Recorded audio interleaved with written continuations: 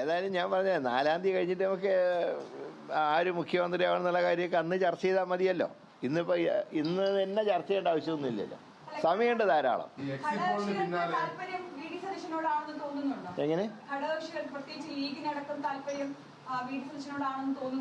അല്ല, അങ്ങനെ ഒരു തോന്നലിൻ്റെ ഒന്നും ആവശ്യമൊന്നുമില്ല. പാർട്ടി നേതാവിനെ തിരഞ്ഞെടുത്തു കഴിഞ്ഞാൽ സ്വാഭാവികമായിട്ടും മറ്റ് ഘടകകക്ഷിയോട് ഞങ്ങൾ വിവരം അറിയിക്കും, ഇങ്ങനെ ഇതാണ് ഞങ്ങളുടെ ഒരു വികാരം എന്ന് അറിയിച്ച് അവരുടെ കൂടെ പെർമിഷൻ വാങ്ങിച്ചിട്ടാണ് പ്രഖ്യാപനം നടത്തുക.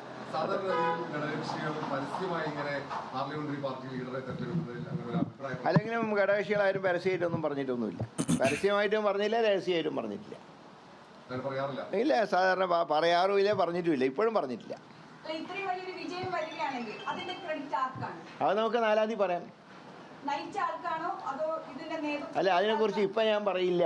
ഞാൻ നിങ്ങൾ എത്ര കുത്തി ചോദിച്ചാലും 4-ാം തീയതി കഴിയാതെ ഇതിനെക്കുറിച്ച്, പ്രത്യേകിച്ച് നിങ്ങൾ പറയുന്ന സർവേയിൽ വട്ടിയൂർക്കാവിൽ ബലാബലാണല്ലോ, അപ്പോൾ അതും കൂടെ കഴിഞ്ഞോട്ടെ. ബലാബലം കൂടെ കഴിഞ്ഞിട്ട് ഞാൻ പറയാം.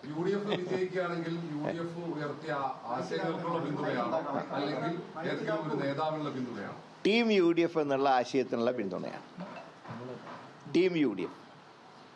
അപ്പോൾ ജയിച്ചു കഴിഞ്ഞാൽ എല്ലാവർക്കും അതിൻ്റേതായിട്ടുള്ള ഉത്തരവാദിത്വമുണ്ട്. അതുകൊണ്ടാണ് ടീം UDF എന്ന് പറയുന്നത്. എല്ലാവർക്കും അതിൻ്റേതായിട്ടുള്ള കോൺട്രിബ്യൂഷൻ ഉണ്ട്. ഈ 10 വർഷത്തെ ഭരണം കഴിഞ്ഞിട്ടാണ് വീണ്ടും അധികാരത്തിലേക്ക് വരുന്നുള്ള ഈ സർവേ റിപ്പോർട്ടുകൾ കാണിക്കുന്നത്. പക്ഷെ അപ്പോഴും ഒരു വലിയൊരു ഭരണവിരുദ്ധ വികാരം ഉണ്ടായിട്ടില്ല എന്നതാണല്ലോ ഇതിനകത്ത് കാണുന്നത്.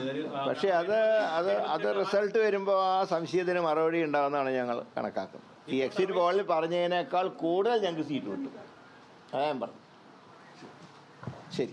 പിന്നെ അതോടൊപ്പം തന്നെ കേന്ദ്ര ഇലക്ഷൻ കമ്മീഷൻ്റെ ഒരു തെറ്റായ സമീപനം, ഈ എല്ലാവരും വോട്ട് ചെയ്യണമെന്ന് കോടിക്കണക്കിന് രൂപ ചെലവിട്ട് പരസ്യം നൽകുന്ന ഇലക്ഷൻ കമ്മീഷൻ തന്നെ കേരളത്തിലെ 20,000-ഓളം ഉദ്യോഗസ്ഥന്മാരുടെ വോട്ടവകാശം നിഷേധിച്ചത് തികച്ചും തെറ്റാണ്. അതിന് ഇലക്ഷൻ കമ്മീഷൻ ഇന്ത്യയിലെ ജനങ്ങളോട് പരസ്യമായിട്ട് മാപ്പ് പറയണം. കാരണം 20,000 പേർക്കാണ് വോട്ടവകാശം നിഷേധിച്ചത് ഈ ഇലക്ഷൻ കമ്മീഷൻ സഹായിച്ചതിൻ്റെ പേരിൽ മാത്രം.